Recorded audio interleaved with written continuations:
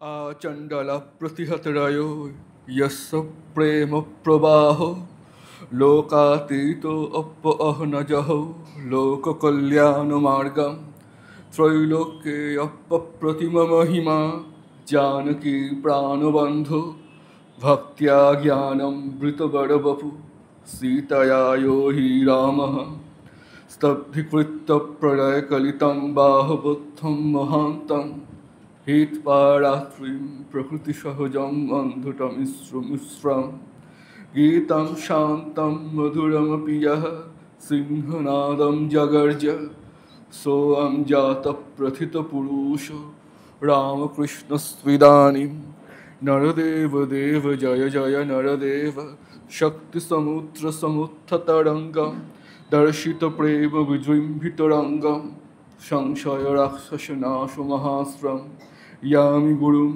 शरणं भववैद्यं नरदेव देव जय जय नरदेव अद्वय तत्त्वसमाहितचित्तं प्रोज्ज्वलभक्तिपटावृतवृत्तं कर्मकलेवरमद्भुतचेष्टं यामि गुरुं शरणं भववैद्यं नरदेव देव जय जय नरदेव।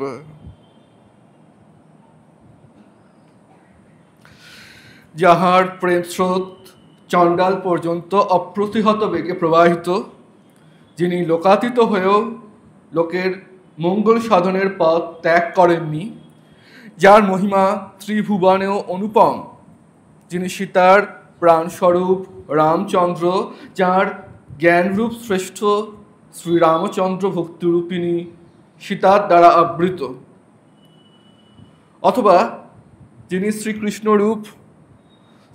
রূপে প্রলয় সদৃশ অতি ভয়ানক যুদ্ধ কোলাহলকে স্তব্ধ করে এবং স্বাভাবিক ঘোরতর অন্ধতম স্বরূপ অজ্ঞান রজনীকে দূর করে সিংহনাদ সহকারে শান্ত ও মধুর গীতাশাস্ত্র উপদেশ করেছিলেন, সেই বিখ্যাত পুরুষই এক্ষণে রামকৃষ্ণ রূপে অবতীর্ণ। হে নরদেব, তোমার জয় হোক, জয় হোক।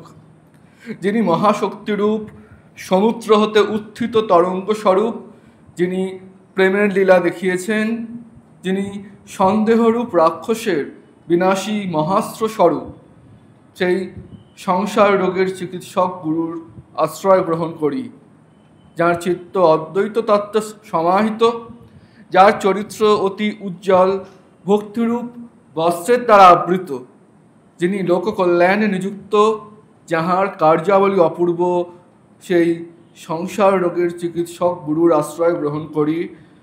শ্রীরামকৃষ্ণকে প্রণাম। স্বামী বিবেকানন্দ রচিত এই যে শ্রীরামকৃষ্ণ স্তোত্রটি, সেখানে তিনি যিনি একসময় ত্রেতা যুগে রামচন্দ্র হয়ে এসেছিলেন, তিনি দাপর যুগে শ্রীকৃষ্ণ রূপে এসেছিলেন এবং তিনি কলিযুগে এসেছেন শ্রীরামকৃষ্ণ রূপে, এই ভাবটিকে ব্যক্ত করেছেন। সামনেই জন্মাষ্টমী, সেই অবসরে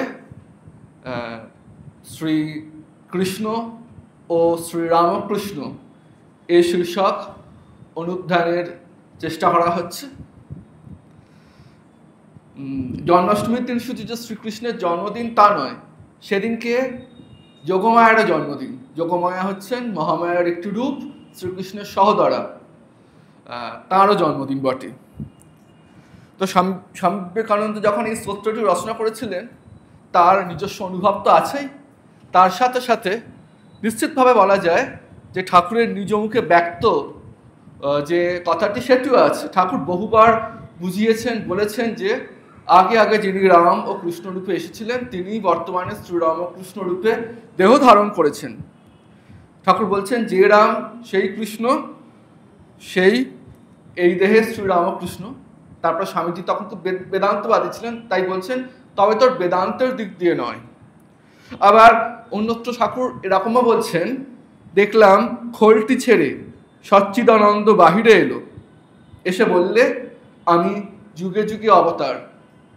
অর্থাৎ ভেতরের যে সচ্চিদানন্দ, তিনি বেরিয়ে এলেন, বেরিয়ে এসে বলছেন আমি যুগে যুগে অবতার। তো শ্রীকৃষ্ণ এবং শ্রীরামকৃষ্ণ নিয়ে আলোচনা করতে গেলে আরেকটি তত্ত্বের কথা উল্লেখ করা জরুরি। সেটি হচ্ছে কায়বুহ। কায়বুহ কি?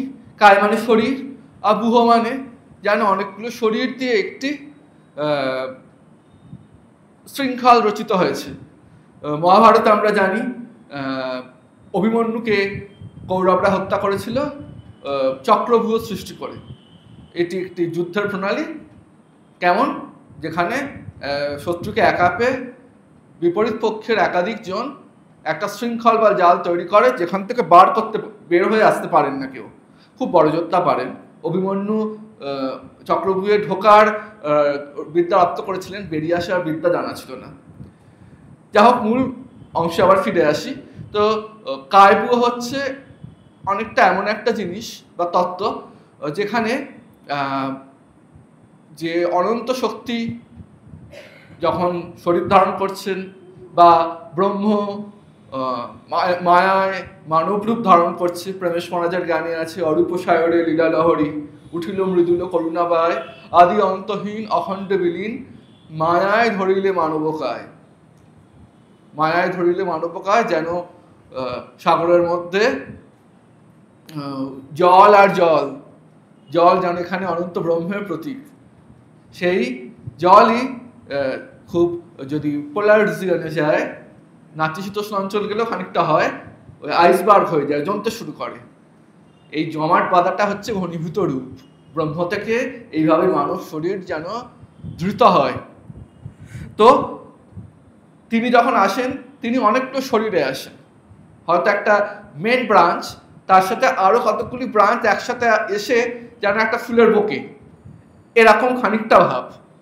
তো শ্রীকৃষ্ণেরও কায়বুহ ছিলেন প্রদ্যুম্ন, অনিরুদ্ধ এবং সংকর্ষণ। ভাগবতে এটি উল্লিখিত আছে। একইভাবে আমরা যখন শ্রীরামকৃষ্ণ অবতারের আলোচনা করব, তখন কায়বুহ হচ্ছেন শ্রীরামকৃষ্ণ স্বয়ং, জগৎজননী মা সারদা দেবী এবং স্বামীজি। এরা তিনজন একসাথে কায়বুহ। এবং শ্রীরামকৃষ্ণ অবতারে যেহেতু সাত্ত্বিকভাবে প্রচণ্ড বিকাশ ঘটেছিল, সত্যগুণের প্রকাশ, তার ফলে শ্রীরামকৃষ্ণের সেই শরীরের সক্ষমতা থাকবে না, এটাই স্বাভাবিক, যেখান দিয়ে না এত কাজ হতে পারে।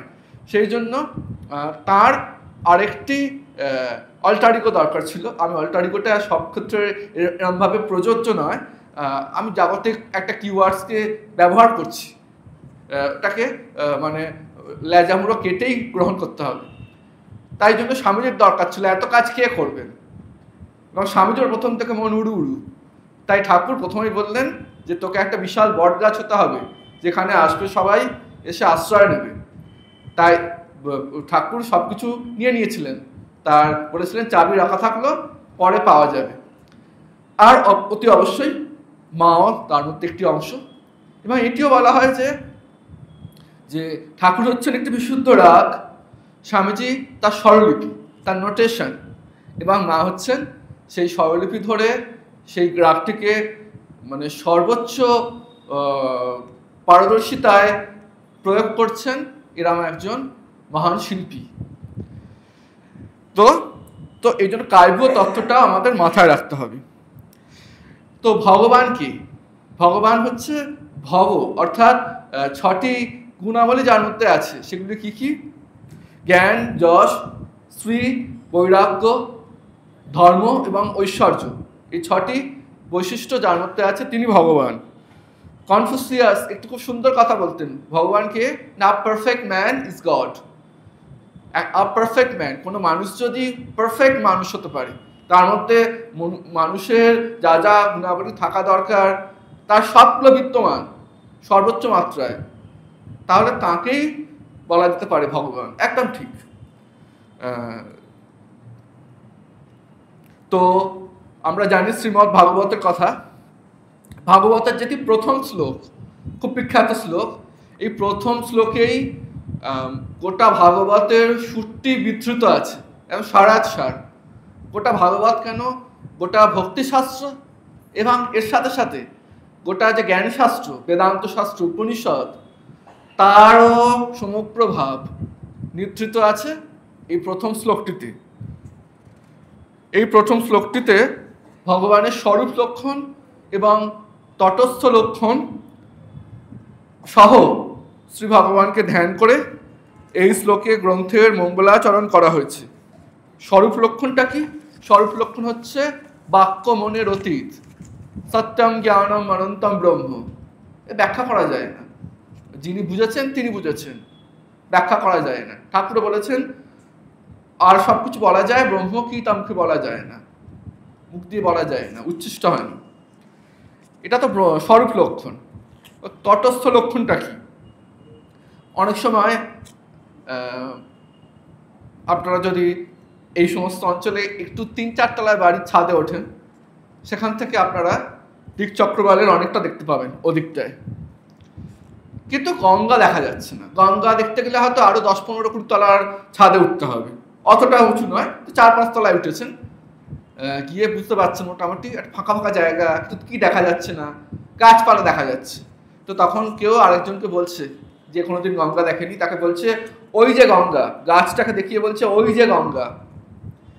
তো গাছটা আসলে কি? গাছ তো গঙ্গা নয়, নদীর ধর্ম গাছে বিদ্যমান নেই। গাছটা আছে নদীর তটে, আচ্ছা নদীর কিনারায়, কিন্তু ওই গাছটা দিয়ে আমরা মূল যে নদী সেটিকে জ্ঞাপন করার চেষ্টা করছি, সেটিকে দতিত করার চেষ্টা করছি। এইভাবে যখন একটা যেন আভাস দেওয়া হয়, এক্স্যাক্টলি বলতে পারছি না, একটা আভাস দেওয়া হচ্ছে, এই আভাস যখন দেওয়া হয় সেটি হচ্ছে তটস্থ লক্ষণ। যখন ভগবান কৃপাময়, এগুলো তটস্থ লক্ষণ। ভগবান কল্যাণময়ী মাতৃরূপে আসেন, এগুলো হচ্ছে সেই ব্রহ্মরূপ, যেটিকে ব্যাখ্যা করা যায় না, স্বরূপ লক্ষণ, সেটিরই আরেকটি রূপ তটস্থ লক্ষণ হিসেবে। তো প্রথম শ্লোকটিতে খুব সুন্দরভাবে এই যে ব্রহ্মের স্বরূপ লক্ষণ এবং তটস্থ লক্ষণ, অর্থাৎ এই ব্রহ্মই মানুষের দুঃখ দুর্দশা মোচন করতে মানব শরীর নিয়ে এই ধরায় আসছেন, এই দুটি ভাব কি, অর্থাৎ চূড়ান্ত অদ্বৈত জ্ঞানের ভাব এবং দ্বৈত ভক্তির ভাব, দুটি ভীষণভাবে মিলেমিশে আছে এই শ্লোকটিতে। এক্স্যাক্টলি গোটা ভাগবতেই আছে, তার মধ্যে প্রথম শ্লোকটি যেন তার এসেন্স। প্রথম শ্লোকটি হচ্ছে জন্মাদ্যস্য যতন্বয়াদি তরতস্পর্থস্পবিজ্ঞস্ফরাৎ তেনে ব্রহ্ম হৃদয় আদি কবয়ে মুহ্যন্তি যৎসূরয়ঃ তেজো বারি মৃদাম যথা বিনিময় যত্র ত্রিসর্গ অমৃষা ধাম্না স্বেন সদা নিরস্তকুহকম সত্যম পরম ধীমহি। কি বলা হচ্ছে? হে বসুদেব তনয় শ্রীকৃষ্ণ, হে সর্বব্যাপ্ত পরমেশ্বর ভগবান, আমি আপনাকে সশ্রদ্ধ প্রণতি নিবেদন করি, আমি শ্রীকৃষ্ণের ধ্যান করি। কারণ পরপর বলছেন, কেননা তিনি হচ্ছেন প্রকাশিত ব্রহ্মাণ্ড সমূহের সৃষ্টি স্থিতি প্রলয়ের কারণ। তিনি প্রত্যক্ষ এবং পরোক্ষভাবে সব কিছু সম্বন্ধে অবগত।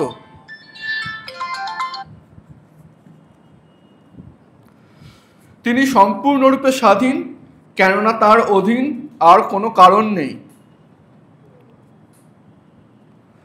তিনি আদিকবি ব্রহ্মার হৃদয়ে সর্বপ্রথম বৈদিক জ্ঞান প্রদান করেছিলেন। তিনি দেবতাদেরও দুর্বোধ্য। তাঁরই প্রভাবে জড় প্রকৃতির 3টি গুণের মাধ্যমে জড়জগৎ সাময়িকভাবে প্রকাশিত হয় এবং তা অলিক হলেও এই জড়জগৎ প্রকাশিত হয় এবং তা অলিক হলেও সত্যর মতো প্রতিভাত হয়, যেন সত্য। আবার যিনি সেই জড়জগতের মোহ থেকে সম্পূর্ণভাবে মুক্ত এবং তার নিত্যধামে নিত্যকাল বিরাজ করছেন, আমি সেই মায়া নিরসনকারী সত্যস্বরূপ পরমেশ্বরকে ধ্যান করি। এবং মজার ব্যাপার, এই ভাগবতের প্রথম শ্লোকেই যেমন বলা হচ্ছে সত্যম পরম ধীমহি, ঠিক সেইভাবে একদম অন্তিম স্কন্ধেও রয়েছে তৎশুদ্ধম বিমলম বিশকম অমলম সত্যম পরম ধীমহি। শেষের সূত্রটাও একই রকম। তো এবার এই যে নির্গুণ ব্রহ্ম, সেই নির্গুণ ব্রহ্ম কিভাবে মানব শরীর ধারণ করে এই জগতে আবির্ভূত হচ্ছেন বা কেন আবির্ভূত হচ্ছেন, অবতারের আবির্ভাবের কারণ কি, এটি বহুশ্রুত, বহু পঠিত, বহু কথিত, বহু মানুষ বহুবার মনন করেছেন। এই চতুর্থ অধ্যায়ের গীতার সপ্তম এবং অষ্টম শ্লোকটি, যদা যদা হি ধর্মস্য গ্লানির্ভবতি ভারত অভ্যুত্থানম অধর্মস্য তদাত্মানম সৃজাম্যহম পরিত্রাণায় সাধুনাং বিনাশায় চ দুষ্কৃতাম ধর্ম সংস্থাপনার্থায় সম্ভবামি যুগে যুগে। যখন ধর্মের গ্লানি হয় এবং অধর্মের উত্থান হয়, তখন আমি শরীর ধারণ করি। তা আমার শরীর ধারণের উদ্দেশ্য থাকে সাধুদিগের পরিত্রাণ করা, দুষ্কৃতি যারা তাদের বিনাশ করা এবং তাদের এই বিনাশের মাধ্যমে তাদেরকেও উদ্ধার করা এবং ধর্ম সংস্থাপন করা। এইটাই অবতারের কারণ ভগবান নিজ শ্রীমুখে বলেছেন গীতায়। তাহলে অবতার তত্ত্ব, ব্রহ্মতত্ত্ব থেকে অবতার তত্ত্বের এই জার্নিটাকে আমরা মোটামুটি এইভাবে বলতে পারি। সৃষ্টির পূর্বে নির্গুণ ব্রহ্ম, সৃষ্টির পরে সগুণ ঈশ্বর, সগুণ এবং সাকার, এবং সৃষ্টিতে যে সমস্ত বিচ্যুতি ঘটেছে, অস্বচ্ছতা এসছে, সেগুলিকে দূর করা, এবং সৃষ্টি যতক্ষণ আছে ততক্ষণ সৃষ্টির যত রূপ তার মধ্যেও আত্মা রূপে বিরাজ করেন ঈশ্বর। এটি অবতার তত্ত্বের বিভিন্ন অংশ বা মূল ভাগ। এবার হচ্ছে অবতার শরীর ধারণ করছেন কিভাবে। শ্রীরাম রূপে এসছেন, শ্রীকৃষ্ণ রূপে এসছেন, শ্রীরামকৃষ্ণ রূপে এসছেন এবং আরও নানাবিধ রূপে এসেছেন, ভবিষ্যতেও আসবেন যখন যখন প্রয়োজন পড়বে। তো ভগবান নিজের মুখে বলছে চতুর্থ অধ্যায়ের ষষ্ঠ শ্লোকে, অজয়োপি সন অব্যয়াত্মা ভূতানাম ঈশ্বর ওপি সন প্রকৃতিম স্বামধিষ্ঠায় সম্ভবামি আত্মমায়া। কি, জন্মরহিত অব্যয় আত্মা হওয়া সত্ত্বেও এবং ব্রহ্ম থেকে তৃণ পর্যন্ত ভূত সকলের ঈশ্বর হয়েও আমি আবির্ভূত হই। এটা বলছেন কিভাবে হয় সেটাকে এক্সপ্লেন করছেন। আমি আমার ত্রিগুণাত্মিকা বৈষ্ণবী আত্মমায়া, নিজেরই মায়া, নিজের প্রকৃতিকে অধিষ্ঠিত হয়ে, প্রকৃতিতে অধিষ্ঠিত হয়ে, এই প্রকৃতি কি করছে, যার বশে জগৎ বর্তমান, যার দ্বারা মোহিত হয়ে লোক নিজের আত্মা যে বাসুদেব, নিজের আত্মাকে জানতে পারে না, বহির্মুখী হয়ে ছুটে বেড়ায়, সেই প্রকৃতিতে অধিষ্ঠিত হয়ে অর্থাৎ প্রকৃতিকে বশীভূত করে আমি সম্ভাবিত হই, অর্থাৎ আমি অবতীর্ণ হই। অর্থাৎ আত্মমায়ার দ্বারা যেন লোকবৎ দেহ ধারণ করে জন্মগ্রহণ করেন, যেন করেন, পারমার্থিকভাবে নয়। তো গীতাটি উপোদ্ঘাত ভাষ্য হচ্ছে যে গীতা যখন শুরু হচ্ছে তার আগেই শুরুতে যে অংশটা লেখা আছে ওটিকে উপোদ্ঘাত ভাষ্য বলে। সেখানে আছে, সেই ভগবান সর্বদা জ্ঞান, ঐশ্বর্য, শক্তি, বল, বীর্য ও তেজে যুক্ত। তিনি স্বীয় বৈষ্ণবী মায়া নামক প্রকৃতিকে বশীভূত করিয়া অজ অব্যয় ভূতগণের ঈশ্বর এবং নিত্য শুদ্ধ বুদ্ধ মুক্ত স্বভাব হইলেও নিজ মায়াবাসত, এবার খুব ইন্টারেস্টিং, যেন দেহবান, যেন উৎপন্ন হইয়া, যেন লোকানুগ্রহ করিতেছেন বলিয়া প্রতীত হয়ে থাকেন। যেন, অ্যাজ ইট ওয়্যার, শঙ্করাচার্য এটিকে ইবো শব্দ দিয়ে বলছেন। সংস্কৃত যে মূল ভাষ্য আছে তাতে আছে ইবো, যেন হচ্ছে, অরিজিনালি নয়। শঙ্করাচার্য বলছেন দেহবান ইবো ভবানী জাত ইবো। ইহাতে তাহার নিজের কোনো প্রয়োজন না থাকিলেও জীবগণের উপর অনুগ্রহ করিবার জন্য তিনি এইরূপে প্রকাশ পাইয়া থাকেন। শাঙ্কর ভাষ্যের টিকাকার শ্রীধর স্বামী বলছেন, আমার নিজের সত্তাত্মিকা প্রকৃতিকে স্বীকার করে উজ্জ্বল সত্য মূর্তিতে স্বেচ্ছায় আমি জন্মগ্রহণ করি। আনন্দগিরি তার টিকায় লিখছেন, তিনি স্বেচ্ছা বিনির্মিত মায়াময় দিব্যরূপে সম্পুত হন। মধুসূদন সরস্বতী বলছেন, প্রকৃতিতে অধিষ্ঠিত হওয়া অর্থ হচ্ছে চিদাভাস দ্বারা প্রকৃতিকে বশীভূত করা। আর শ্রীরামকৃষ্ণ এক জায়গায় বলছেন, কথামৃতে আছে, গম্ভীর হইলেন শ্রীরামকৃষ্ণ, যেন কিছু একটা গুচ্ছ কথা বলিবেন, ভক্তদের বলিতেছেন, এখানে বাইরের লোক কেউ নাই, তোমাদের একটা গুচ্ছ কথা বলছি। সেদিন দেখলাম আমার ভেতর থেকে সচ্চিদানন্দ বাইরে এসে রূপ ধারণ করলে, বললে আমি যুগে যুগে অবতার। দেখলাম পূর্ণ আবির্ভাব, তবে সত্যগুণের ঐশ্বর্য। এই যে দেখলাম পূর্ণ আবির্ভাব মানে ঠাকুর যেন নিজেকেই দেখছেন, নিজের কথাই বলছেন এখানে। পূর্ণ আবির্ভাব, তবে সত্যগুণের ঐশ্বর্য। অবতার লীলা এসব চিৎ শক্তির ঐশ্বর্য। যিনি ব্রহ্ম তিনিই আমার রাম, তিনিই কৃষ্ণ, তিনিই শিব। তো অবতার এই প্রক্রিয়ায় অবতার আবির্ভূত হন। এবার যদি আমরা শ্রীকৃষ্ণ লীলা এবং শ্রী রামকৃষ্ণ লীলা এই দুই লীলার মধ্যে একটা সংক্ষিপ্ত তুলনামূলক আলোচনায় যাই, তাহলে যে সমস্ত সাদৃশ্যগুলো আমরা দেখতে পাবো সেগুলি নিয়ে আমরা পরপর যদি আলোচনা করি তাহলে অনেকটা এরকম আসবে।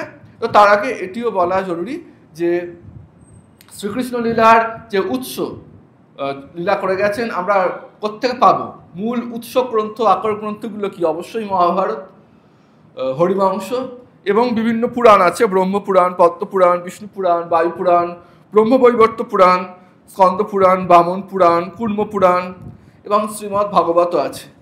একইভাবে শ্রীরামকৃষ্ণ লীলার ক্ষেত্রে যেগুলো উৎস বা মূল আকর গ্রন্থ সেগুলো কি? স্বামী শারদানন্দজি লিখিত শ্রী রামকৃষ্ণ লীলা প্রসঙ্গ, মাস্টারমশাই লেখা শ্রী রামকৃষ্ণ কথামৃত, এছাড়াও শ্রীমা স্বামীজি ঠাকুরের পার্ষদগণ তারা বিভিন্ন সময় যে সমস্ত স্মৃতিকথা বলেছেন, তাদের কথিত বা লিখিত স্মৃতিকথা, সেগুলো অতি অবশ্যই। এবং এর সাথে সাথে আর একটা বইকেও নিতে হবে, সেটি হচ্ছে যে শরৎ মহারাজ স্বামী শারদানন্দজি ঠাকুরের যে জীবনী রচনা যখন করছেন তখন তিনি ঠাকুরের পূর্ণাঙ্গ জীবনী রচনা করে যেতে পারেননি। ঠাকুরের জীবনের যে শেষ অংশটা সেটি লেখা হয়ে ওঠেনি, প্ল্যান ছিল। তো তার আগে শরৎ মহারাজ নিজেই ঠাকুরের কাছে চলে গেলেন। তো তার ফলে বহু দশক বাদে যে সমস্ত তথ্য তখনও ছিল সেই সমস্ত তথ্য নিয়ে এবং আরও বহু তথ্য জোগাড় করতে হয়েছে। অক্লান্ত পরিশ্রম করে শ্রী শ্রী ঠাকুরের কৃপায় পূজনীয় শ্রীমৎ স্বামী প্রভানন্দজি মহারাজ শ্রী রামকৃষ্ণের অন্তলীলা রচনা করেন। তো এটিও একটি খুব প্রামাণ্য গ্রন্থ। তো এই গ্রন্থগুলি থেকেই আমরা মূলত শ্রী কৃষ্ণ এবং শ্রী রামকৃষ্ণ দেবের জীবনের ঘটনাগুলিকে গ্রহণ করব এবং একটা তুলনাত্মক আলোচনা করার চেষ্টা করব। তো তার আগে শ্রীরামকৃষ্ণ মধুরভাবে সাধনকালে শ্রীকৃষ্ণের দর্শন পেয়েছিলেন। প্রথমে দর্শন পান রাধারানীর, কারণ বলে না যে শক্তি তিনি পথ ছেড়ে দিলেই ভগবানকে দেখা যায়, ভগবানের দর্শন লাভ করা যায়। তা প্রথমে রাধারানী দর্শন দিয়ে কৃপা লাভ করেছিলেন, তারপরে শ্রীকৃষ্ণের দর্শন পান এবং ঠাকুর নিজে বলছেন একটা ঘাস ফুল ছিঁড়ে যে শ্রীকৃষ্ণের গায়ের বর্ণ এরকম, এবং সেই সময় ঠাকুর যখন ওই সাধন করছেন ঠাকুরের গাত্রবর্ণ সেরকম হয়ে গেছিল।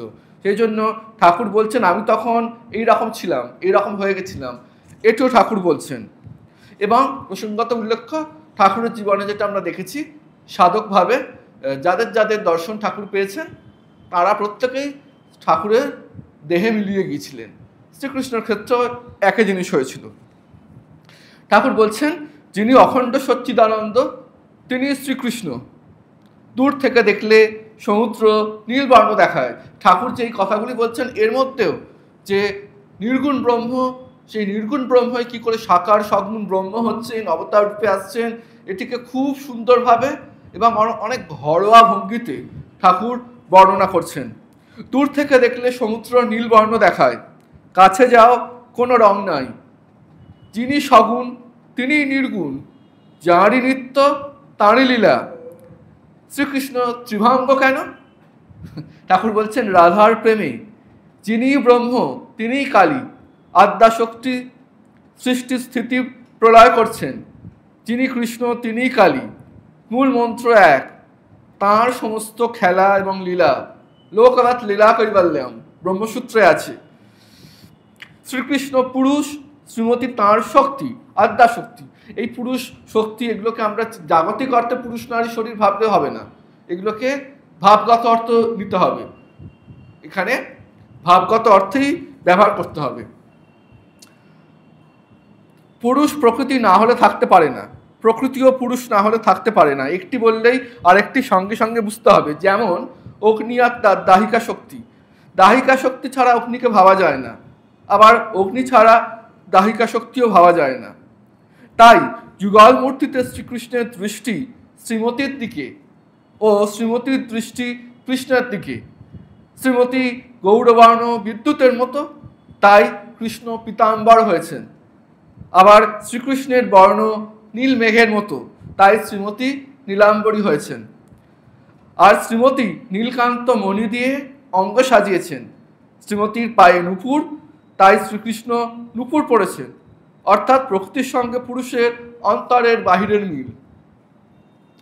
শ্রীকৃষ্ণ রহস্য সম্পর্কে বলতে গিয়ে রামকৃষ্ণ বলছেন, ঈশ্বরের কাজ আমরা ক্ষুদ্র বুদ্ধিতে কি করে বুঝবো, এটা বলতে গিয়ে তিনি যে ঘটনাটি ব্যাখ্যা করছেন, ঘটনাটি তুলে আনছেন, সেটি হচ্ছে শ্রীকৃষ্ণ এবং তার ভক্ত আমাদের পিতামহ ভীষ্মের কথা উল্লেখ করছেন। খুব মজার বিষয় হচ্ছে, পিতামহ ভীষ্ম ছিলেন মনে মনে শ্রীকৃষ্ণকে যে ভক্তি করতেন, কিন্তু তার ছিল যেমন অনেকটা রাবণের ছিল শত্রুভাব। রাবণ চিরকাল রামকে শত্রুভাবেই চেয়েছে, এটা রাবণ মনে মনে জানতেন, সবাই জানতেন, আর রামচন্দ্র অবশ্যই জানতেন। তিনি ওই রকমই ভাব, মানে তার উদ্দেশ্যই ছিল রামচন্দ্র তার এইরকম যোদ্ধা বেশে আসবেন এবং আমাকে বধ করবেন, এতেই আমার শান্তি, আমি এই রূপটা দেখতে চাই, শত্রুভাব। আর পিতামহ ভীষ্মের ঠিক রাবণের মতো ওরকম উদগ্র শত্রুভাব নয়, কারণ লৌকিক আচার আচরণেও রাবণ রামচন্দ্রকে তোয়াক্কা করতেন না, রীতিমতো অসভ্যতামই করতেন। কিন্তু পিতামহ ভীষ্ম তা করতেন না, তিনি লৌকিক আচার আচরণে শ্রীকৃষ্ণকে একদম সর্বোচ্চ সম্মান দিতেন। কিন্তু তার মনে একটা মানে সুপ্ত বাসনা ছিল, সেটি কি, তিনি এই মধুর ভাবের কৃষ্ণ, এই বংশীধারী কৃষ্ণ নয়, তিনি ওই যুদ্ধক্ষেত্রের কৃষ্ণকে মনে মনে পূজা করতেন এবং শ্রীকৃষ্ণের ওই রূপটা দেখতে চেয়েছিলেন। কুরুক্ষেত্রের যুদ্ধে সেই রূপটা খানিকটা দেখতে পাচ্ছেন, কিন্তু আরও নিবিড় রূপে পেতে চাইছেন, সেটা শ্রীকৃষ্ণ জানতেন। তো শ্রীকৃষ্ণ হচ্ছেন কি, ভক্তের জন্য শ্রীকৃষ্ণ নিজের দেওয়া যে বচন সেটিও খণ্ডন করতে পারেন।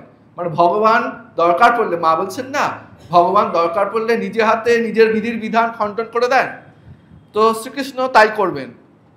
তো তার জন্য করতে হলে কী করতে হবে, তিনিই তো নিয়ন্তা, তিনি স্ক্রিপ্ট লিখছেন, তিনি অ্যাক্টার, তিনি আবার নানা রকম রূপ ধারণ করে কো-অ্যাক্টার্স হয়েছেন, তিনি সাউন্ড ব্যাকগ্রাউন্ড সাউন্ড দিচ্ছেন, তিনি সিনেমাটোগ্রাফার, তিনি কোরিওগ্রাফার, তিনি দর্শক হয়ে দেখছেন, তিনি দর্শক হয়ে বলছেন ওয়ান্ডারফুল ফিল্ম, তিনি দর্শক হয়ে বলছেন বোগাস ফিল্ম, সবই তিনি করছেন নানা রূপে নানাভাবে। তো বাস স্ক্রিপ্ট রচনা করতে হবে। এই যে পিতামহ ভীষ্ম দুর্দান্ত প্রতাপ যোদ্ধা, তিনি একদিন এমন বীরত্ব দেখিয়ে যুদ্ধ করছেন, মানে পাণ্ডব পক্ষের হাহাকার পড়ে গেছে, একটার পর একটা মানুষ মারা যাচ্ছে, একটার পর একটা কেন, শয়ে শয়ে। তো শ্রীকৃষ্ণ আর সহ্য করতে পারছেন না, শ্রীকৃষ্ণ তো হঠাৎ করে কিছু করতে পারেন না, এরকম একটা নাটক তৈরি করতে হবে।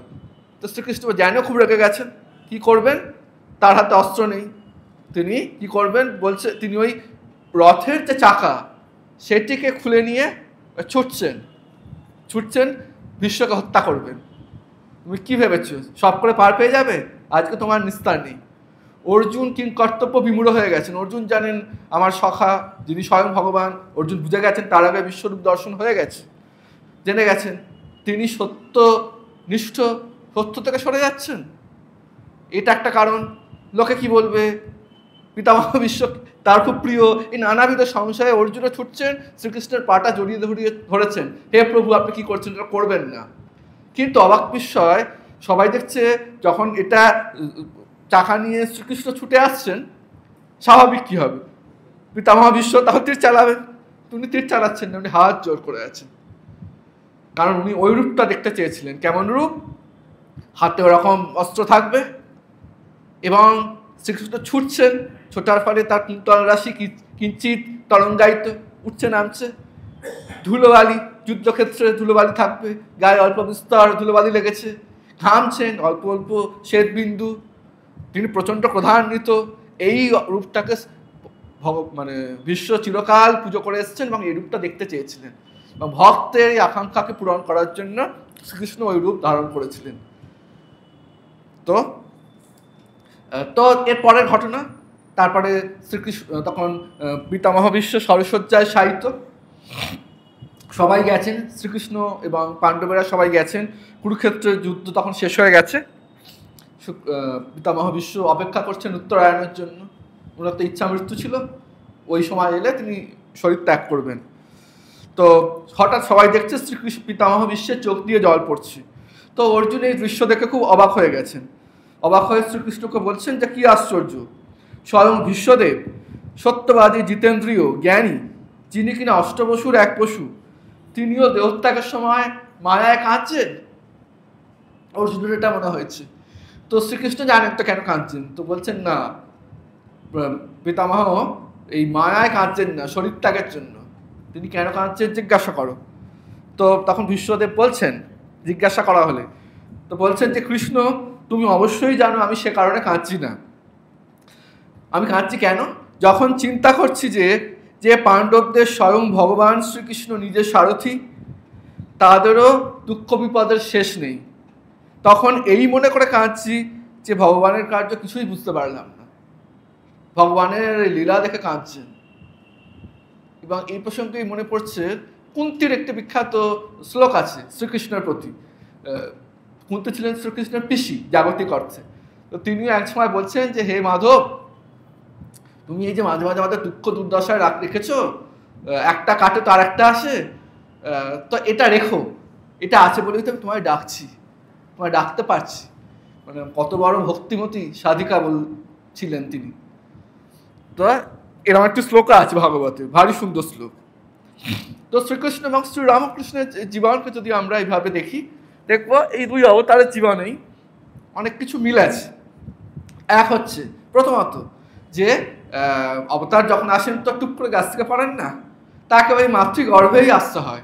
তাদের হয়তো স্বাভাবিক জাগতিক জৈবিক জন্ম হয় না, তাদের মায়েরা প্রত্যেকেই অজনী সম্ভবা, কিন্তু মাতৃগর্ভতে আসতে হয়। তো সুতরাং এই মায়ের সাথে তাদের যে সম্পর্ক সেটি খুব সুইট, চিরকালেই খুব মধুর, খুব মিষ্টি।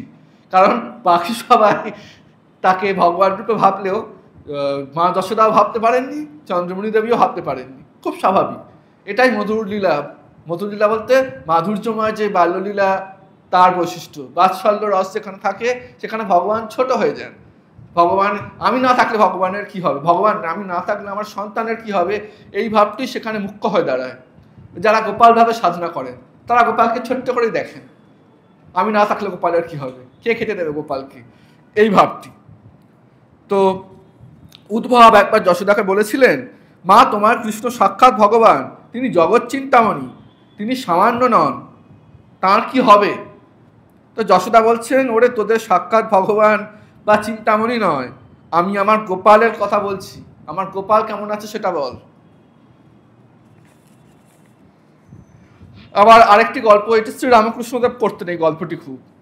শ্রীকৃষ্ণ একবার যশোদা জননীকে বললেন যে তোমাকে আমি নিত্যধাম দর্শন করাবো, এসো যমুনায় স্নান করতে যাই। তো তারা যেই ডুবেছেন একেবারেই গোলক দর্শন, অখণ্ড জ্যোতি দর্শন। তো যশোদা মানে যে কোনো সাধক এগুলো দেখে এবারে আপ্লুত হয়ে যাবেন, বিমূঢ় হয়ে যাবেন। জ্যোতি দর্শন মানে তো উচ্চ অবস্থা।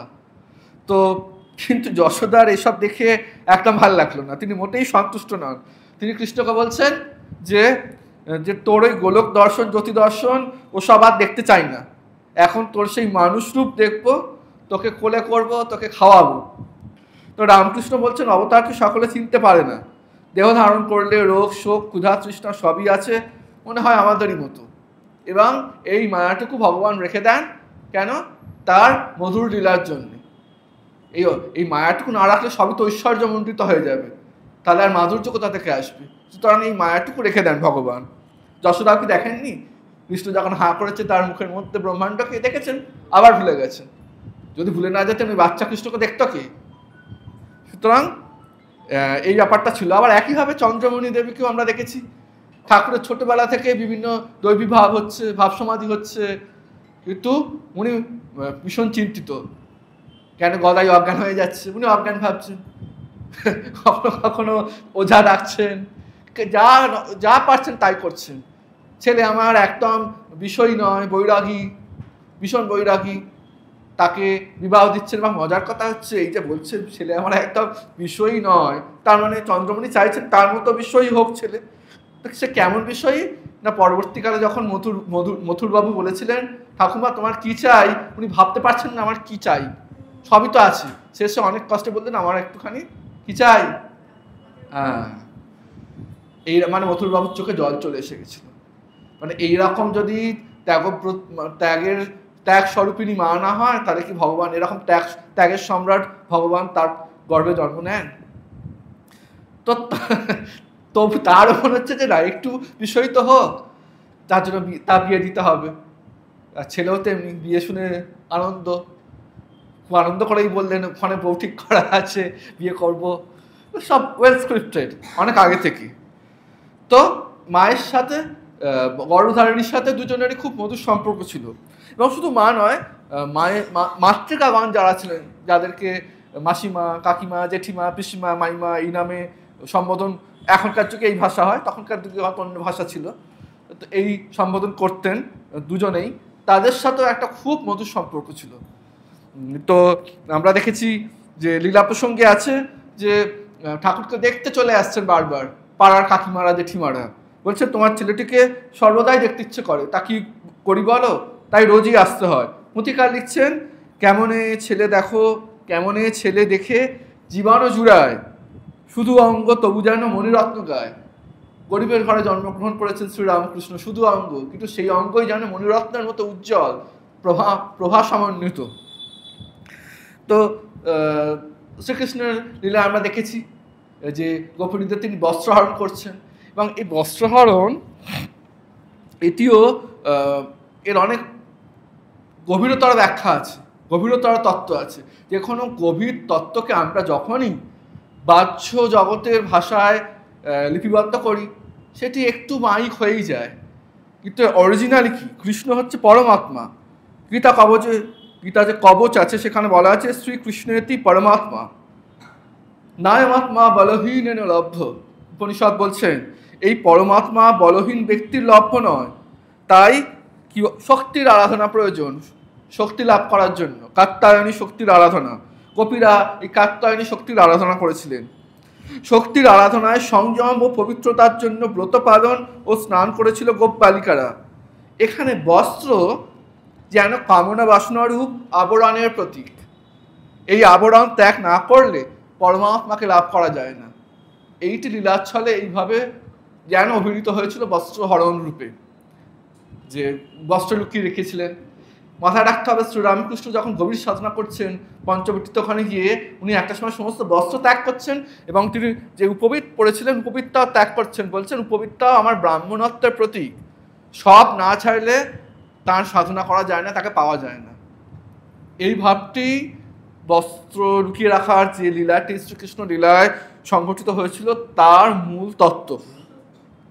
রামকৃষ্ণ লীলাও দেখতে পাই একইভাবে, হালদার পুকুরে উনি লাফালাফি ঝাঁপাঝাঁপি করছেন। কেউ একজন বলেছে তোর এখানে করছিস কেন, তোর ওইদিকে একটা ঘাট আছে পুরুষদের ঘাট। তখন গদাই বলেছে তো কেন, পুরুষরা থাকলে কি হয়, যেমন হয়। সে শিশুর মতো প্রশ্ন করছে, এ আরও রেগে গেছে, তো অনেক কিছু বলেছে। তো তখন গদাইয়ের মনে হচ্ছে ঠিক আছে, সে তো পুরোপুরি ব্যাখ্যা করেনি, বলেছে দেখতে নেই, যখন মেয়েরা স্নান করে ছেলেদের থাকতে নেই, তুই কেন আছিস। তো গদাইয়ের মনে হচ্ছে কেন থাকতে নেই, সে লুকিয়ে লুকিয়ে 3 দিন দেখেছে।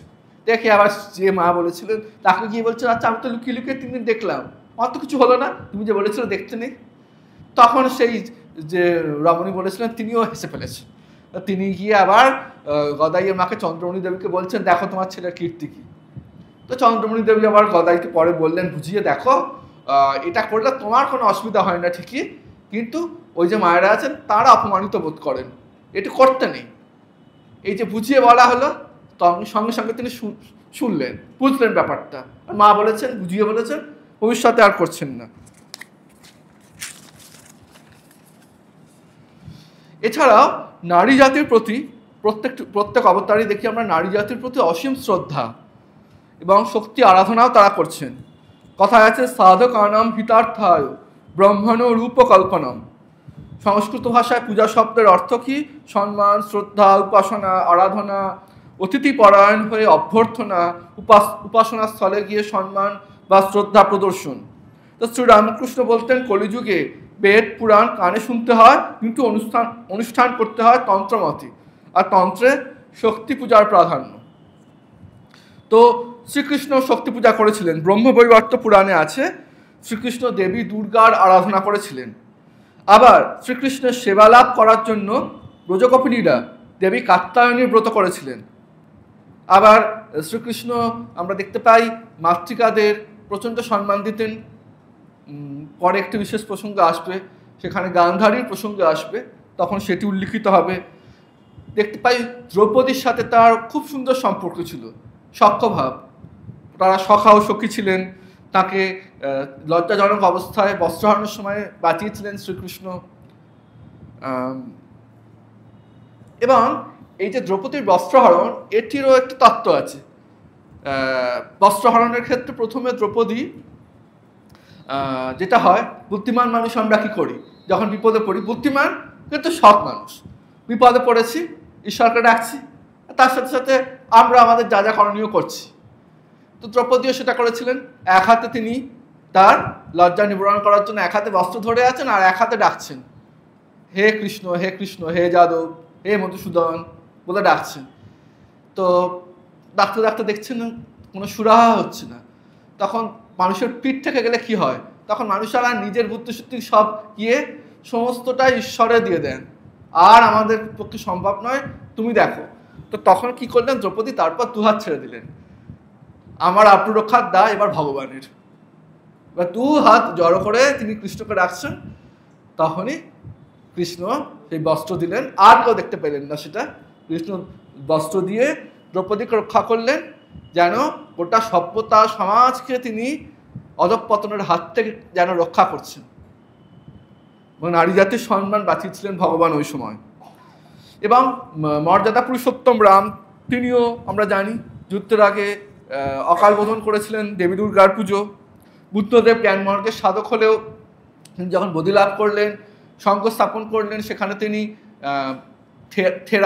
থেরিদের জন্য বা ভিক্ষুণীদের জন্য তাদের জায়গা দিলেন। সেখানে তার স্ত্রী, তার মা যোগদান করেছিলেন।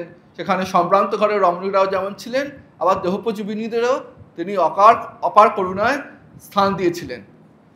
শঙ্করাচার্য উভয় ভারতী, যিনি সরস্বতীর অবতার ছিলেন, তার থেকে বর গ্রহণ করেছিলেন, বহু দেবীর স্তোত্র রচনা করেছিলেন, চৈতন্য শক্তির আরাধনা করেছিলেন। তিনি দেবী অন্নপূর্ণাকে ইষ্টরূপে আরাধনা করেছিলেন, শ্রীরামকৃষ্ণদেব নিজে বলে গেছেন।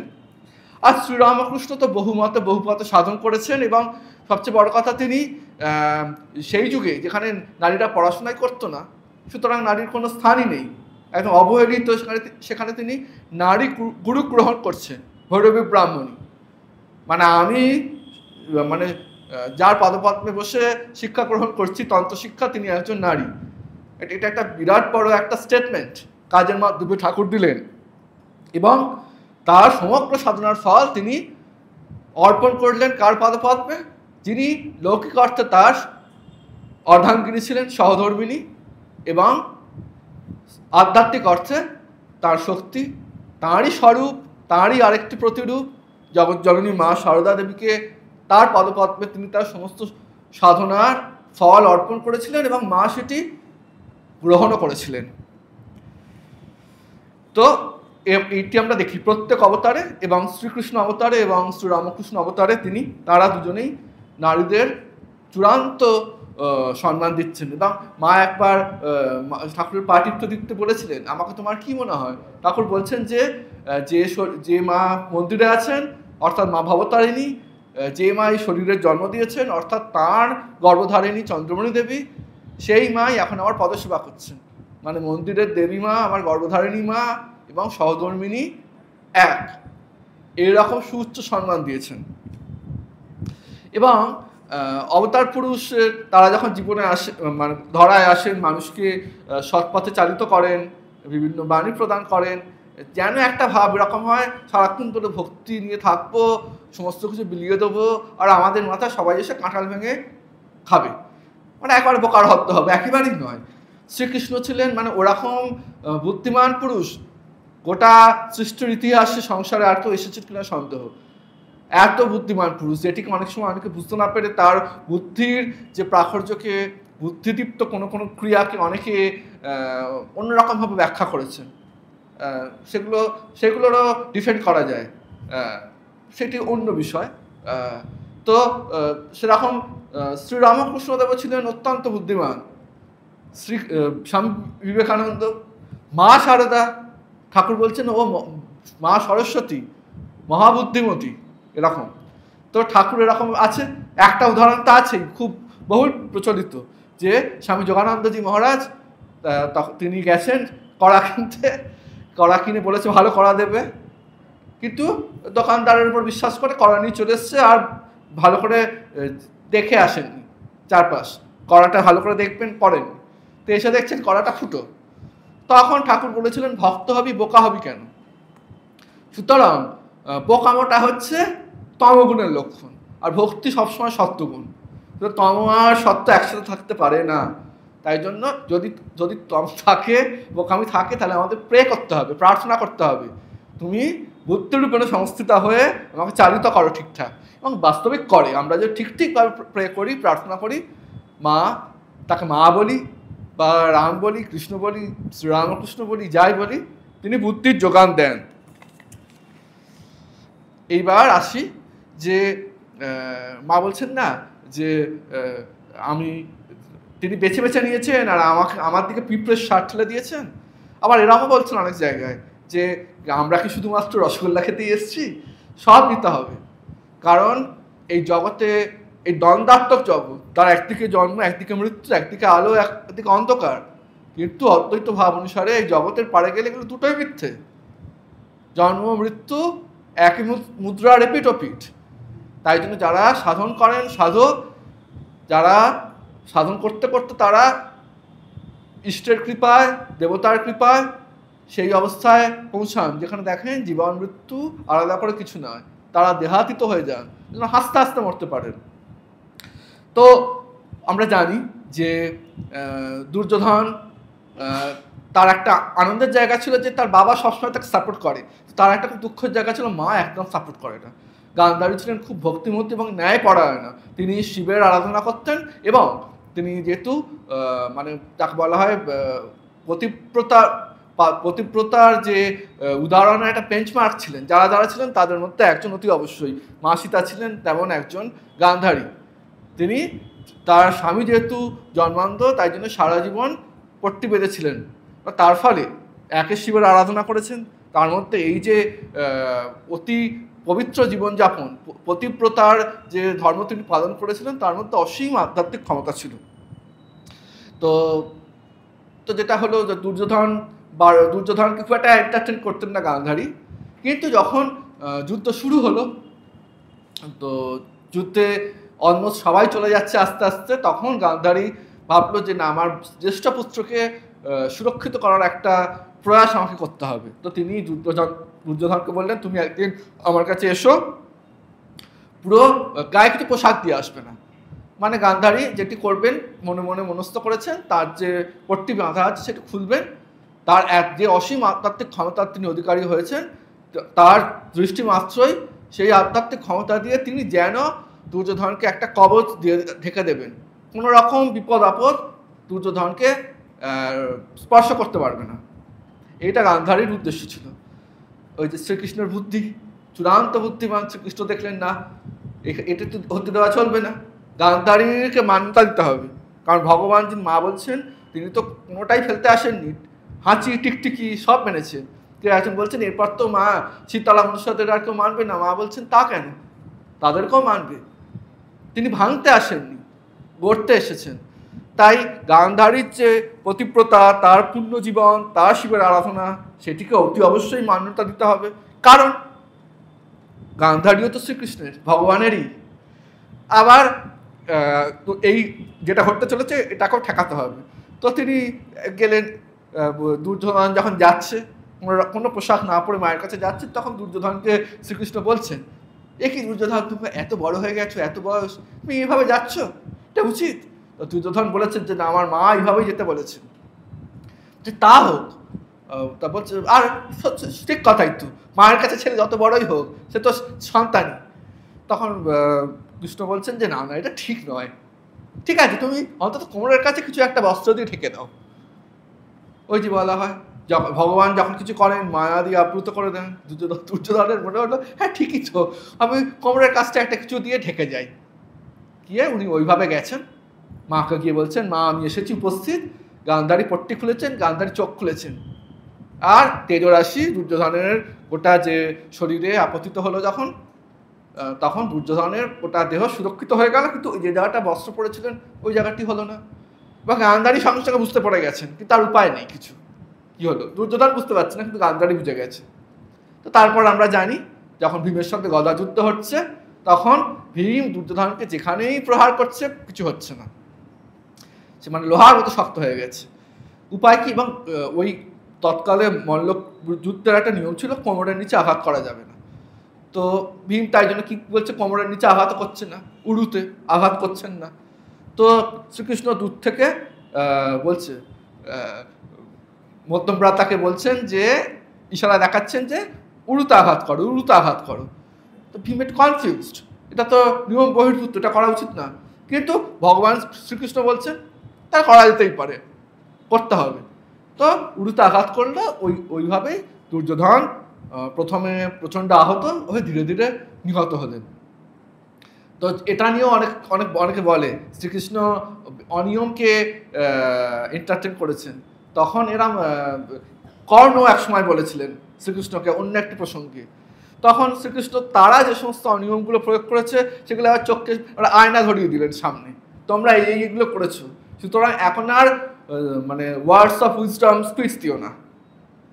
আর সত্য মিথ্যা যতক্ষণ সৃষ্টি আছে ততক্ষণ আমি সৃষ্টিকর্তা, আমি স্থিতি করি, আমি লয় করি। আমি যদি লয় করে দিই তাহলে আর সত্য মিথ্যা, আগে সৃষ্টি থাকুক তারপরে তো সত্য মিথ্যা উচিত অনুচিত, আমি অচুত অনুচিতের পারে, আমি যেটা করব সেটাই উচিত, আমি বলেছি এটা। তো এবার যেটা যুদ্ধ শেষ, ধৃতরাষ্ট্র গান্ধারীর কাছে, কুন্তি তার পঞ্চপুত্রকে এবং শ্রীকৃষ্ণকে নিয়ে এসছেন প্রণাম জানাতে। গান্ধারী স্বাভাবিকভাবে খুব ক্রুদ্ধ, যুধিষ্ঠিরের ওপর একটু ক্রোধ ছিল। তারপর শ্রীকৃষ্ণ বলছেন যে মাতা আপনি জ্যেষ্ঠ ভ্রাতার ওপর ক্রোধ করতে পারেন না, দুর্যোধন যা করেছেন, যে যা হয়েছে সব নিজের দোষেই হয়েছে। তো গান্ধারী তখন শ্রীকৃষ্ণের উপর খুব রেগে গেলেন, হ্যাঁ যুধিষ্ঠির করেন ঠিকই, তুমি করেছো এইসব। মাথায় রাখতে হবে যে গান্ধারী বলতেন যে পক্ষে ধর্ম সেই পক্ষেই জয়, সেই গান্ধারী এখন মাতৃমমতা এতটা আকুল হলেন কেন? ওই যে মায়ার রাজ্যে আছেন। গান্ধারীকে এটিও স্মরণ করিয়ে দেওয়া হলো যে আপনি তো বলতেন যে পক্ষে ধর্ম সে পক্ষে জয়, সেটাই হয়েছে। তখন গান্ধারী বলছেন হ্যাঁ সেটা বলেছিল হস্তিনাপুরের মহারানী, আর এটা বলছে শতপুত্রের জননী। তখন গান্ধারী খুব রেগে কাঁদছেন, কাঁদতে কাঁদতে বলছেন বাসুদেব আমি জানি তোমার অসীম ক্ষমতা, তুমি চাইলে যুদ্ধেতে পাণ্ডবদের জয় না হয় কৌরবদের জয় হতেই পারতো, এটা বলতে পারছেন না, বরং বলছেন যুদ্ধটাই বন্ধ করতে পারতো তুমি। কিন্তু সেই মুহূর্তে গান্ধারী ইমোশনাল হয়ে গেছেন, ভুলেই গেছেন যে শ্রীকৃষ্ণ বহুবার চেষ্টা করেছেন যাতে যুদ্ধ না হয়। আলটিমেটলি যুদ্ধটা দুর্যোধন মানল না, বিনা যুদ্ধে নাহি দেব সুচক্র বেদিনী, ওরকম গোমধর বসে থাকলো, তাই জন্য হয়েছে। যখন গান্ধারী বলছে আমি অভিশাপ দিলাম যে যেভাবে আজকে আমি শতপুত্রকে হারিয়ে, একজন পুত্র বেঁচে ছিল বিকর্ণ, হারিয়ে আমি খাচ্ছি, না তার আগে বলছেন তোমার মা বলছেন আজকে তোমাকে আমি কৃষ্ণ বলবো না, বলবো দেবকী নন্দন। দেবকী জানে পুত্র হারার যন্ত্রণা কি, তুমি মাকে জিজ্ঞেস করলে তোমার মা বলে দেবে দেবকী, এবং তোমাকে আমি অভিশাপ দিচ্ছি যেভাবে আমি আজকে খাচ্ছি সেইভাবে তোমারও যদুবংশ ধ্বংস হবে বলে যা যা বলার বলল। শ্রীকৃষ্ণ একবারে স্মিত হাস্য সমস্তটা শুনলেন। তারপর গান্ধারী আবার মনে হয়েছে হে আমি কি বলে ফেললাম, তো আউটপ্রাস করে ফেলেছে। তারপর বলছেন হে ভগবান কি বলে ফেলেছি, আর উদ্ধার করার উপায় নেই, এই এক মহা মুশকিল, এরা এত উচ্চ দরের সাধক সাধিকা, এত শক্তি বললে আর ফিরিয়ে নেওয়ার উপায় নেই, বলে ফেলেছি কাটা যাবে না। মানে আমরা দুটো তিনটে বলে দিলে অসুবিধা নেই, কি এমন লোক বলেছে, কিচ্ছু হবে না, কাজকলা হবে। কিন্তু ওদের ক্ষেত্রে সেটা নয়। তো তখন শ্রীকৃষ্ণ বলছেন অনেকটা এরকম এসেন্স যে মা, আমি এতদিন ধরে আমি মায়েদের আশীর্বাদ পেয়েছি, আজকে আমি মায়ের অভিশাপও গ্রহণ করলাম। তখন গান্ধারী অঝরে কাঁদছেন, আর ফিরিয়ে নেওয়ার উপায় নেই। তখন বলছেন যে মা, যে দুর্যোধন কষ্ট পেয়ে মরেছে যুদ্ধক্ষেত্রে, সেই দুর্যোধনও আমি। সেই দুর্যোধনের জন্য যে তুমি কাঁদছো সেও আমি। যে অর্জুন জিতেছে, যে পাণ্ডবরা জিতেছে সেও আমি। এই সংসারে আমি ছাড়া কিছু নেই। মানে অপূর্ব তত্ত্ব। তো সেই এটা হচ্ছে দরকার পড়লে তিনি শুধু অভিশাপ নেবেন তা নয়, মানে আশীর্বাদটুকু নেবেন তা নয়, প্রয়োজনে অভিশাপও নিয়েছেন। এবং শ্রীরামকৃষ্ণের জীবনে আমরা দেখি যে শ্রীরামকৃষ্ণের দাদা হরধারী, তার কাজিন ব্রাদার ছিলেন, তিনি বৈষ্ণব ছিলেন। তো বৈষ্ণব ধর্মের অনেক ক্রিয়ার মধ্যে একটা ছিল পরক্রিয়া সাধন, এবং এটা হয় খুব উচ্চ আধার না হলে সবার পক্ষে সব কিছু সম্ভব নয়। আধার অত উচ্চ নয়, ওটা করবো, এটা করলে মুশকিল। এখন হরধারীর আধার উচ্চ কি উচ্চ নয় সেটা অন্য প্রশ্ন, কিন্তু লোকজন তো আলোচনা করতে এটা নিয়ে। দেখেছো ছোট ভাচ্চার দাদা এরকম এই করে পরক্রিয়া সাধন করে, কিন্তু হরধারীর সামনে বলতে ভয় পায়, কারণ হরধারী ছিলেন বাকসিদ্ধ, তপস্যার একটা ক্ষমতা জন্মেছে, যদি কিছু বলে সেটা সত্য হয়ে যাবে। তাই আড়ালে আলোচনা করছে, তো ঠাকুরের খারাপ লেগেছে, তো গিয়ে দাদাকে বলেছে, ভালো কথাই বলতে গেছে, তো তোমাকে নাম এরম বলছে, তুমি ওই পথটা করো না, ইত্যাদি ইত্যাদি। তো হরধারী ওটাকে ভুল ব্যাখ্যা করেছেন, ভেবেছে আমাকে ভাই হয়ে অপমান করছে, তোর মুখ দিয়ে রক্ত উঠবে, অভিশাপ দিয়েছিলেন। সেটাও ঠাকুরের জীবনে ফলেছিল, হয়তো অন্য কারণ অন্যভাবে ফলেছিল, যেটা হওয়াতে ভালোই হয়েছিল সেটি অন্য প্রশ্ন। তো ঠাকুরও অভিশাপ বাক্য গ্রহণ করেছিলেন। আমরা জানি দুজনের জীবনে সক্ষভাবে চূড়ান্ত প্রতিমূর্তি আমরা দেখেছি। কৃষ্ণ শাখা সুদামার কথা আমরা জানি, অর্জুনের কথা জানি, দ্রৌপদীর কথা জানি, এবং কৃষ্ণ অর্জুন ছিলেন নরনারায়ণ, এটি উল্লেখ আছে। একইভাবে আমরা শ্রীরামকৃষ্ণের জীবনেও দেখছি যে তিনি বাল্যলীলায় যে মানিক রাজার আমবাগানে যে সমস্ত লীলা করছেন, সেখানে তার স্যাঙার যারা লাহাবাবুর ছেলে আরও অনেকে আছেন, তাদের সাথে সেগুলো খুব ওয়েল ডকুমেন্টেড। এবং চিনু শাকারি এগুলো দেখে কেঁদে ফেলেছিলেন। তা কেন না, বলছে যে ভগবান তুমি আরও কত কত লীলা করবে, কিন্তু আমি অনেক বয়স্ক হয়ে গেছি, এই জন্য কাঁদছি যে আমি তোমার সব লীলা দেখতে পাবো না। তো চিনু শাকারি শুধু ওই বাল্যলীলাই দেখে যেতে পেরেছিলেন। এবং এই যে নরনারায়ণ যেমন ছিলেন শ্রীকৃষ্ণ এবং অর্জুন, এটি ঠাকুর এবং স্বামীজির ক্ষেত্রে প্রযোজ্য। আমরা যে দর্শনটির কথা ঠাকুর বলেছিলেন, যে একজন ঋষি ধ্যানস্থ একটি ছোট্ট বালক ঋষির গলা জড়িয়ে ধরে বলছে আমি যাচ্ছি তুমিও এসো। সে ঋষি চোখ খুলে প্রসন্ন দৃষ্টিতে তাকালেন, মানে হ্যাঁ আচ্ছা ঠিক আছে আমি যাব। তো সেই বাচ্চাটি ভগবান স্বয়ং শ্রীরামকৃষ্ণ রূপে এলেন, এবং সেই ঋষি এলেন স্বামীজি রূপে। এবং যে বিশ্বরূপ দর্শনের কথা আমরা জানি, শ্রীকৃষ্ণ অর্জুনকে দিব্যচক্ষু দান করেছিলেন যাতে তিনি তার বিশ্বরূপকে দেখতে পান, এবং সঞ্জয় দেখতে পেয়েছিলেন, এবং দেখে উনি লাইভ টেলিকাস্ট করছিলেন ধৃতরাষ্ট্রকে, আজকালকার ভাষায় লাইভ টেলিকাস্ট। তো সঞ্জয় দেখেছিলেন। তো সেখানে বিশ্বরূপের যে মধুর রূপে বিশ্বরূপ দর্শন সেটিও দেখিয়েছেন, উগ্ররূপ, অতি উগ্ররূপ সব দেখিয়েছেন। অর্জুন ভয় পেয়ে যাচ্ছেন এবং দেখাচ্ছেন যে তিনি হাঁ করে আছেন, মানে বিভৎস যে যারা এই যুদ্ধক্ষেত্রে যারা আছে, যাদেরকে হত্যা করতে হবে বলে অর্জুন প্রথমেই কি মোহগ্রস্ত হয়েছেন, তারা প্রত্যেকেই শ্রীকৃষ্ণ তাদেরকে গিলে গিলে খাচ্ছেন, এইরকম বর্ণনা আছে। মানে অলরেডি তারা হত, তুমি নিমিত্ত মাত্র, অর্জুন তুমি এবার কাজটা করো, আমি ওদের অলরেডি হত্যা করে ফেলেছি, হত্যার মাধ্যমে তাদের মুক্তি দিয়ে রেখেছি। কাউকে জড়িয়ে ধরে মুক্তি আলিঙ্গন করে, কাউকে হত্যা করে মুক্তি, দুটোই ঠাকুর, সবই যদি ঈশ্বরের হয় তো দুর্যোধন, দুঃশাসন, কর্ণ তারাও তো ঈশ্বর ছাড়া নন। তো এই বিশ্বরূপ দর্শন শ্রীরামকৃষ্ণের জীবনের যে জীবন ইতিহাসও দেখতে পাই। গোপালের মা শ্রীরামকৃষ্ণ চলে যাওয়ার পর তিনি প্রচণ্ড মুহ্যমান হয়ে গেছেন, কামারহাটির ঘর থেকে আর বেরোন না। তারপরে ধীরে ধীরে শ্রীরামকৃষ্ণর অনেক দর্শন পেতে পেতে স্বাভাবিক হলেন। তো একবার তিনি ওপারে, মানে ওপার মানে এই পারে আর কি, শ্রীরামকৃষ্ণ মাহেশ্বর রথযাত্রা গেছেন, তো সেইখানে তিনি তার দর্শন হয়েছিল। রথ, রথী, চারপাশে মানুষজন, সর্বত্রই একজন গোপাল, সর্বত্রই গোপাল, শ্রীরামকৃষ্ণ রূপে গোপাল বিরাজিত। এবং গোপালের মা বলছেন, সেটি যখন আমি দেখেছিলাম তখন আমি হেসে হেসে কেঁদে নেচে কুরুক্ষেত্র করেছিলাম ভাবে। তো শ্রীরামকৃষ্ণ বিশ্বরূপ দেখিয়েছিলেন, হ্যাঁ, অতি উগ্ররূপ নয় ঠিকই, আবার একেবারে দেখাননি বলা যায় না। মা শারদা রূপে হরিশকে তিনি তো বগলারূপ দেখিয়েছিলেন, সেটিও করেছেন। তো এইটা দিয়ে একটা কথা বলতে ইচ্ছে করছে। ওখানে একটি শ্লোক আছে এই বিশ্বরূপ দর্শনের সময়, কালো অস্মি লোকক্ষয়কৃত প্রবৃদ্ধ লোকান সমাহর্তুমিহ প্রবৃত্ত, কি না, আমি হই লোকক্ষয়কারী উৎকট মহাকাল, এখানে লোকসমূহকে সংহার করিতে প্রবৃত্ত। প্রতি সৈন্যবাহিনীতে যে সকল যোদ্ধা অবস্থিত তাহারা সকলেই তোমার দ্বারা যুদ্ধ বিনায় জীবিত থাকবে না, তাদের আমি অলরেডি মেরে দিয়েছি।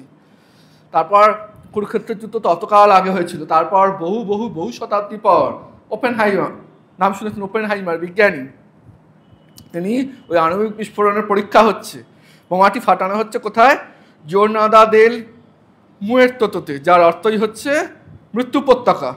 তো তার 10 মাইল দূরে ওপেনহাইমার এবং আরও বিজ্ঞানীরা একটা লোহার খুঁটি ধরে দাঁড়িয়ে আছেন। 10 মাইল মানে অনেকটা দূরে থাকতে হবে, কাছে থাকতে তো মরে যাবে। কি হতে চলেছে আণবিক বিস্ফোরণের ফল দেখার জন্য। তারপরে যখন বিস্ফোরণ হলো, আকাশ এখন লাল, সব কিছু গলে গলে পড়ছে, তো তখন ওপেনহাইমার গীতার এই শ্লোকটি আবৃত্তি করেছিলেন, চ্যান্ট করেছিলেন।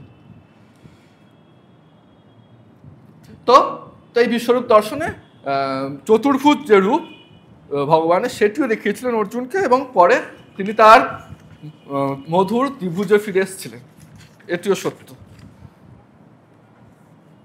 এবং অদ্বৈত ভাব, এটি নিয়ে বিশেষ বলার জায়গা নেই, কারণ স্বামীজি নিজেই বলেছেন অদ্বৈত ভাব নিয়ে অদ্বৈত এবং মধুর ভাব একসাথেই আনতে চাই। কারণ স্বামীজি বলছেন যে রাধাভাব সবার জন্য নয়, যাদের দেহভাব আছে তারা রাধাভাব ভাববেই না। রাধা হচ্ছে প্রেম সমুদ্রের এক একটি বুদবুদ, রক্ত মাংসের শরীর নয়। সুতরাং আমরা কেউ সেই অধিকারী নই, সুতরাং আমরা মাথার মধ্যে রাখলাম সেই রাধাভাবকে, মধুর ভাবকে। অদ্বৈত ভাব গীতার ছত্র ছত্র শ্রীকৃষ্ণ বলছেন, এবং শ্রীরামকৃষ্ণ তার গোটা জীবন দিয়ে বলে গেছেন অদ্বৈত ভাবের কথা। মা শারদা বলছেন, যখন মায়াবতীতে ফটো রাখা হয়েছে, স্বামীজি খুব বিরক্ত, কেউ কেউ মা শারদাকে চিঠি লিখেছেন যে কি করব। মা বলছেন যে না, তোমরা অদ্বৈত, অতি অবশ্যই অদ্বৈত, তোমাদের গুরু যিনি অদ্বৈত, তোমরা অদ্বৈত।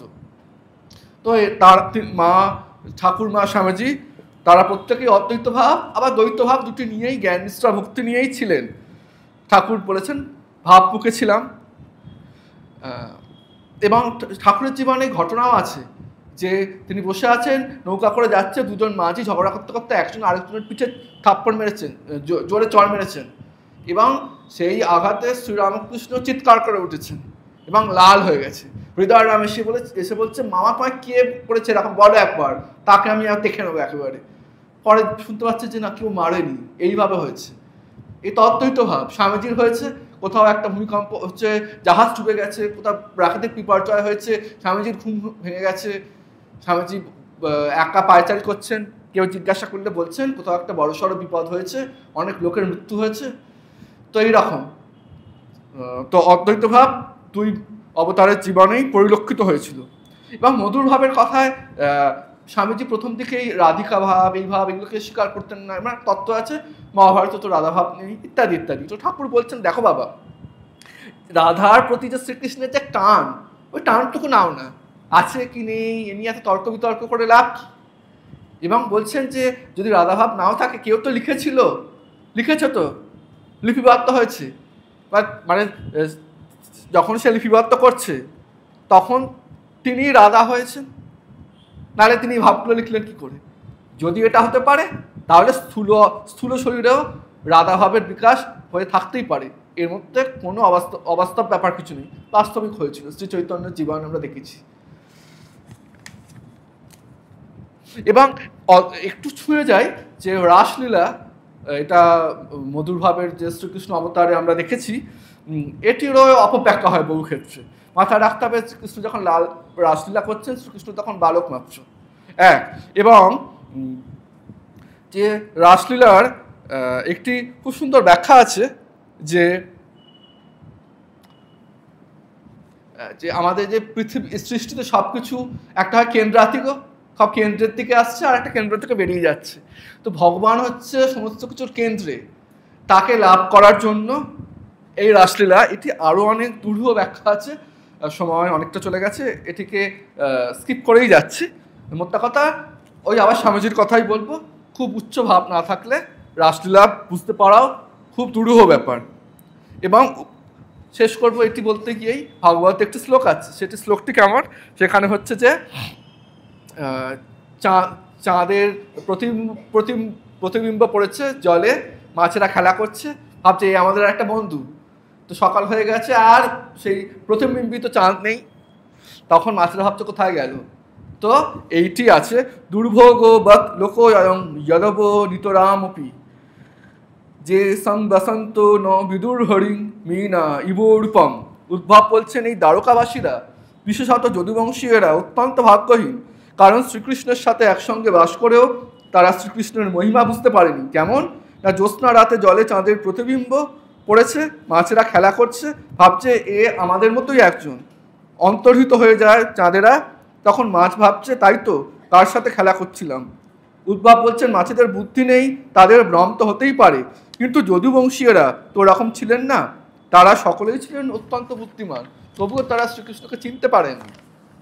এবং এই শ্লোকটি যখন ব্যাখ্যা হচ্ছে এরকম আছে যে স্বামী তুরীয়ানন্দজি মহারাজ স্তম্ভিত হয়ে গেছেন, বলছেন আমরাও স্বামীজির সঙ্গে, নরেনের সঙ্গে একসাথে বসলাম, উঠলাম, খেললাম, কত কী করলাম, কিন্তু তিনি যে কে ছিলেন, তিনি স্বয়ং শিব ছিলেন, বুঝতে পারেনি।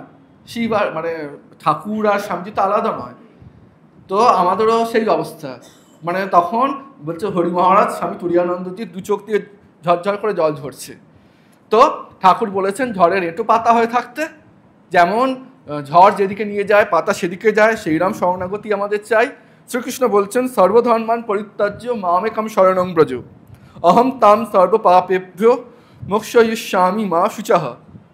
যদি সব কিছু আমাতেই শরণাগত হও, সব কিছু আমাতে নিবেদন করো, আমি তোমাদের মোক্ষ দেব, তোমাদের মুক্তি দেব। শ্রীরামকৃষ্ণ বলছেন জানতে হবে কি আমি কে, তোরা কে, আর আমাদের দুজনের মধ্যে সম্পর্ক কি। তো জ্ঞান সূর্যের মতো যে জ্ঞান পুরুষ এবং চন্দ্রমার মতো ভক্তিমান যে পুরুষ শ্রীকৃষ্ণ এবং শ্রীরামকৃষ্ণ, তারা আমাদের যে জীবনের যে অধ্যাত্ম পথ সেটিকে চালিত করুন। তারা সত্যভাষী, তারা বলে গেছেন মোক্ষ দেবেন, মুক্তি দেবেন। শ্রীরামকৃষ্ণ বলেছেন শেষ সময় আসতে হবে। তাই এই বিশ্বাসের বটপাত্রে আমরা এই অপার দরিয়ায় ভেসে যেতে পারি মহামায়ার কৃপায়, কারণ জন্মাষ্টমীর দিন মহামায়ার জন্মদিন। তাই মহামায়াকে, ভগবান শ্রীকৃষ্ণকে এবং অবতার বরিষ্ঠ শ্রী রামকৃষ্ণ দেবের পাদপদ্মে আমরা প্রণাম জানাই, যেন শেষ সময় আমাদের তাতে মতি থাকে। কারণ তারা আমাদের যে পার করবেন এ বিষয়ে কোনো সংশয় নেই, তারাই বলেছেন। কিন্তু আমাদের মনটা যেন সর্বক্ষণ তাতে থাকে, কারণ যতক্ষণ তার পদপদ্মে আমাদের মন থাকবে ততক্ষণই শান্তি। শ্রী শারদার প্রণামস্তু।